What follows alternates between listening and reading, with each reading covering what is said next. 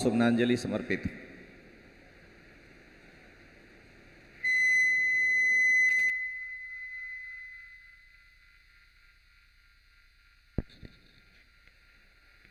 सियावर रामचंद्र भगवान की, सियावर रामचंद्र भगवान की, सियावर रामचंद्र भगवान की, पवन सुत हनुमान की, पवन सुत हनुमान की, वृंदावन बिहारी लाल की, वृंदावन बिहारी लाल की, सरयू मैया की, सरयू मैया की, भारत माता की, भारत माता की। नमः पार्वती पतिये हर हर। श्री राम जन्मभूमि न्यास के अध्यक्ष दिगंबर अखाड़ा अयोध्या के पूज्य महंत पूज्य परमहंस रामचंद्र दास जी महाराज की 23वीं पुण्यतिथि के अवसर पर आयोजित आज के इस कार्यक्रम में, इस संपूर्ण कार्यक्रम के जो प्रेरक हैं दिगंबर अखाड़ा के श्री महंत पूज्य सुरेश दास जी महाराज,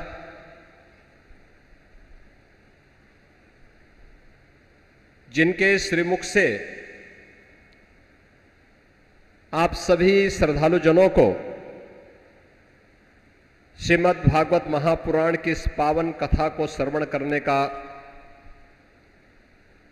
सौभाग्य प्राप्त हुआ है, ऐसे पूज्य संत डॉक्टर राजेंद्र देवाचार्य जी महाराज,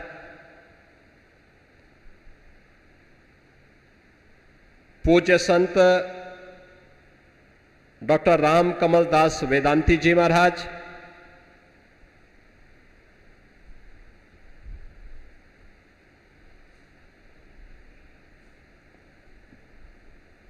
आज के इस कार्यक्रम में यहां पर उपस्थित जिनका सानिध्य कल भी और अभी आप सबको प्राप्त हुआ है, ऐसे आदरणीय साध्वी रितंबरा जी, जगतगुरु राघवाचार्य जी महाराज, जगतगुरु विश्वेश रत्नेश दास जी, श्री महंत जन्मय जय शरण जी महाराज, श्री महंत माधव दास जी महाराज, महंत गंगा दास जी महाराज, महंत शिव शंकर दास जी महाराज, महंत भरत दास जी महाराज, महंत रविंद्र दास जी महाराज और इस संपूर्ण कार्यक्रम के संयोजक दिगंबर अखाड़ा के उत्तराधिकारी श्री महंत रामलखन दास जी महाराज, सभी पूज्य संतजन, हमारे जगत गुरु विद्या वाचस्पति के रूप में जिनके श्रीमुख से आपने प्रारंभ में उनकी वाणी को सुना, ऐसे पूज्य महाराज जी भी जगतगुरु रामानुजाचार्य जी के रूप में हमारे बीच में उनका सानिध्य सदैव प्राप्त होता है। पूज्य महाराज जी की ये 23वीं पुण्यतिथि है। मैं इस अवसर पर पूज्य महाराज जी की पुण्य स्मृतियों को नमन करते हुए उनके श्री चरणों में उत्तर प्रदेश सरकार की ओर से और उत्तर प्रदेश की सभी राम भक्तों की ओर से विनम्र श्रद्धांजलि अर्पित करने के लिए 23वीं पुण्यतिथि के कार्यक्रम में उपस्थित हुआ हूं।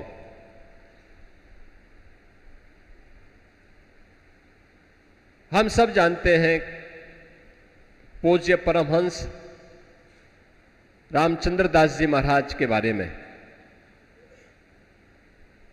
जीवन का केवल एक ही ध्येय था, और वह ध्येय था श्री राम जन्मभूमि पर उनके आराध्य प्रभु श्री राम के भव्य मंदिर के निर्माण का। गोरक्षपीठ से उनका संबंध बिल्कुल ऐसा था जैसे कोई पारिवारिक संबंध हो।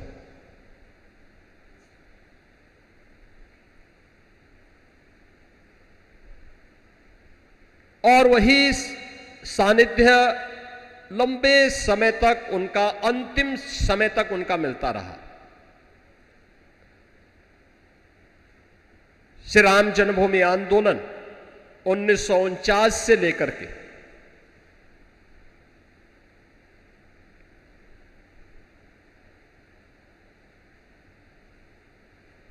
जब तक उनका भौतिक शरीर था तब तक कोई ऐसा वर्ष नहीं और कोई ऐसी घटना नहीं जिसमें उनकी प्रत्यक्ष भागीदारी न रही हो। श्री राम जन्मभूमि आंदोलन के लिए उनका पूरा जीवन समर्पित था। यह अक्सर होता है जब हम भारत की स्थिति के बारे में और भारत के अतीत के बारे में जानकारी लेते हैं, हमें बहुत कुछ जानने सीखने का एक अवसर मिलता है। बंधुओं, हम सब इस बारे में ध्यान रखें, इतिहास केवल पढ़ने और परीक्षा में प्रश्न पत्र का उत्तर देने का माध्यम नहीं होता है। इतिहास एक प्रेरणा भी होती है, एक सबक भी होता है।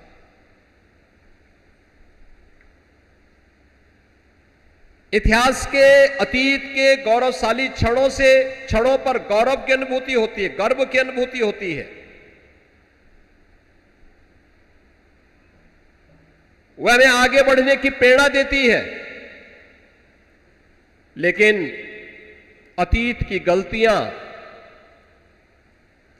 हमारे सामने इतिहास के रूप में परिमार्जन का एक माध्यम भी हम सब के लिए होता है। जब भी हम उसकी अनदेखी करते हैं, इसका मतलब हम अतीत के उन गलतियों को दोहराने का फिर से प्रयास कर रहे हैं। यह देश गुलाम क्यों हुआ?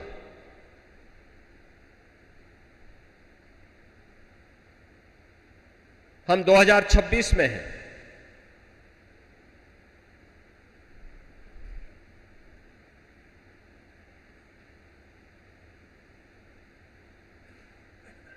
(1526) में, आज से 500 वर्ष पहले, आज का जो संभल है, इस संभल में श्री हरिहर मंदिर को तोड़ करके वहां पर एक गुलामी का ढांचा खड़ा कर दिया गया। 1528 में अगर उसकी प्रतिकार 1526 में एकजुट होकर के संभल में हुई होती तो कदाचित 1528 अयोध्या में दोहराने का दुस्साहस कोई नहीं करता।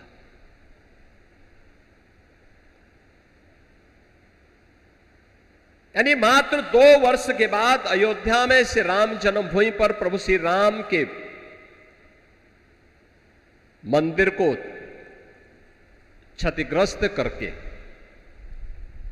सनातन धर्मावलंबियों को अपमानित करते हुए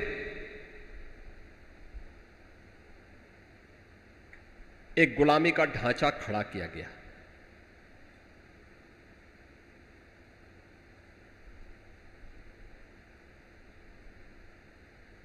और सनातन धर्मावलंबी भी कभी मौन नहीं रहा, चुप नहीं रहा।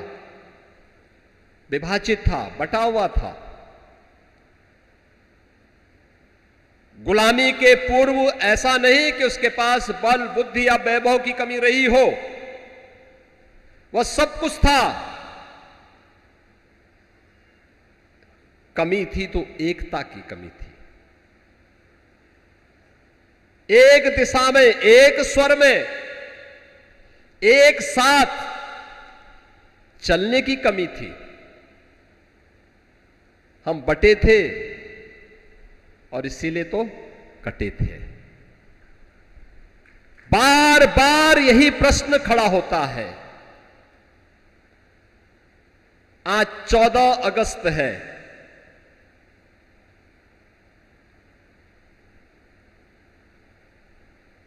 14 अगस्त 1947 को, आजादी के एक दिन पहले, तब केवल हिंदू और सिख ही नहीं कटा था, तब भारत भी कटा था। आज से ठीक 79 वर्ष पहले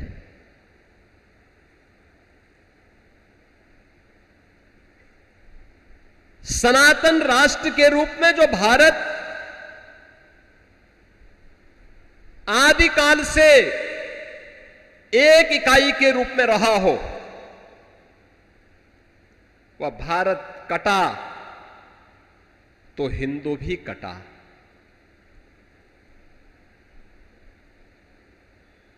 कोई प्रश्न नहीं पूछता। आज भी जब पाकिस्तान और बांग्लादेश के अंदर निर्दोष ब्रो, इन्वेस्टिंग के लिए इंटेलिजेंट बनना है तो stock tutorials, market training, influencer advice, educational.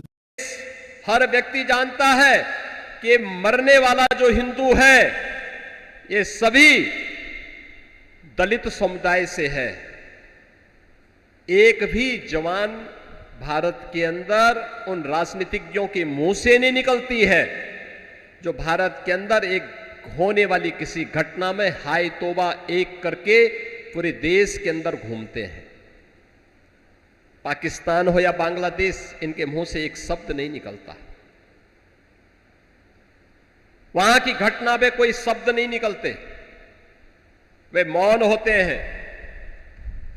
14 अगस्त 1947 की घटना के लिए किसकी जवाबदेही थी? कौन जिम्मेदार था उसके लिए? कोई जिम्मेदारी लेने को तैयार नहीं, क्योंकि उनको सत्ता चाहिए थी। उनको देश की प्रजा से, देश की उस समय के भारत की अन्य बहुसंख्यक प्रजा से कोई लेना देना नहीं था। एन केन प्रकारेण सत्ता चाहिए। और याद करिए, आज भी वही स्थिति है। नाम बदले होंगे, चेहरे बदले होंगे, कार्य पद्धति वही है जो 15वीं सदी में देखने को मिल रही थी, आक्रांताओं के समय देखने को मिल रही थी। उसके उपरांत भी अलग अलग घटनाओं में जो कुछ भी हम देख रहे थे, वही चीज आज भी वही उसी स्तर पर वही सब देखने को मिलता है। हमें फुर्सत नहीं होती इन घटनाओं को आपस में जोड़ने की। मैं बहुत जगह था, संभल के बारे में हमेशा से मान्यता थी कि संभल तो वहां पे जाने लायक स्थिति नहीं है। संभल को बने हुए लगभग 30 साल हो गए, उनका जिला मुख्यालय नहीं बन पाया। तो मैं यही जानने के लिए कि भी संभल में जिला मुख्यालय क्यों नहीं बन पाया, इसके बारे में आगे की कार्रवाई होनी चाहिए। तो उसको लेके कुछ विवाद खड़ा किया गया।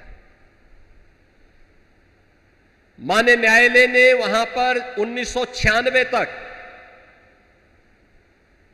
जामा मस्जिद, जो पहले हरिहर मंदिर था, हरिहर मंदिर के मुद्दे को लेकर के, जहां पहले आर्कियोलॉजिकल सर्वे ऑफ इंडिया के पास वह स्थल था, उस स्थल के सर्वे का आदेश माननीय न्यायालय ने दिया और वहां पर एक टीम आकर के इसकी सर्वे करने लग गई। इसी को लेकर के उपद्रव प्रारंभ होता है और प्रारंभ होने के बाद उस उपद्रव का निशाना पुलिसकर्मी थे और उसका निशाना निर्दोष हिंदू था। 1947 से कमोवेश कोई वर्ष ऐसा नहीं बीता था जब वहां दंगे न हुए हो, भीषण दंगे न हुए हो। 1976 और 1978 में तो इतना भीषण दंगा हुआ था, एक साथ 150 हिंदू मार दिए गए।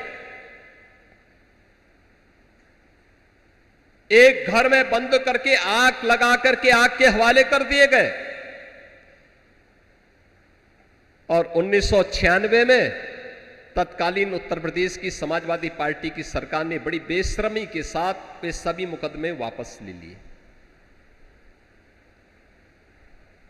एक भी दरिंदे को कोई सजा नहीं मिली। स्वतंत्र भारत में सामूहिक नरसंहार की वह घटना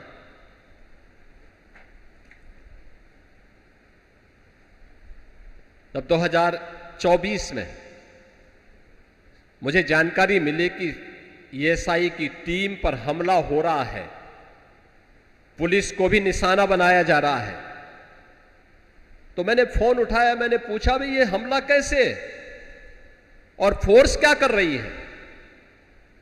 इन दंगाइयों को चिन्हित कर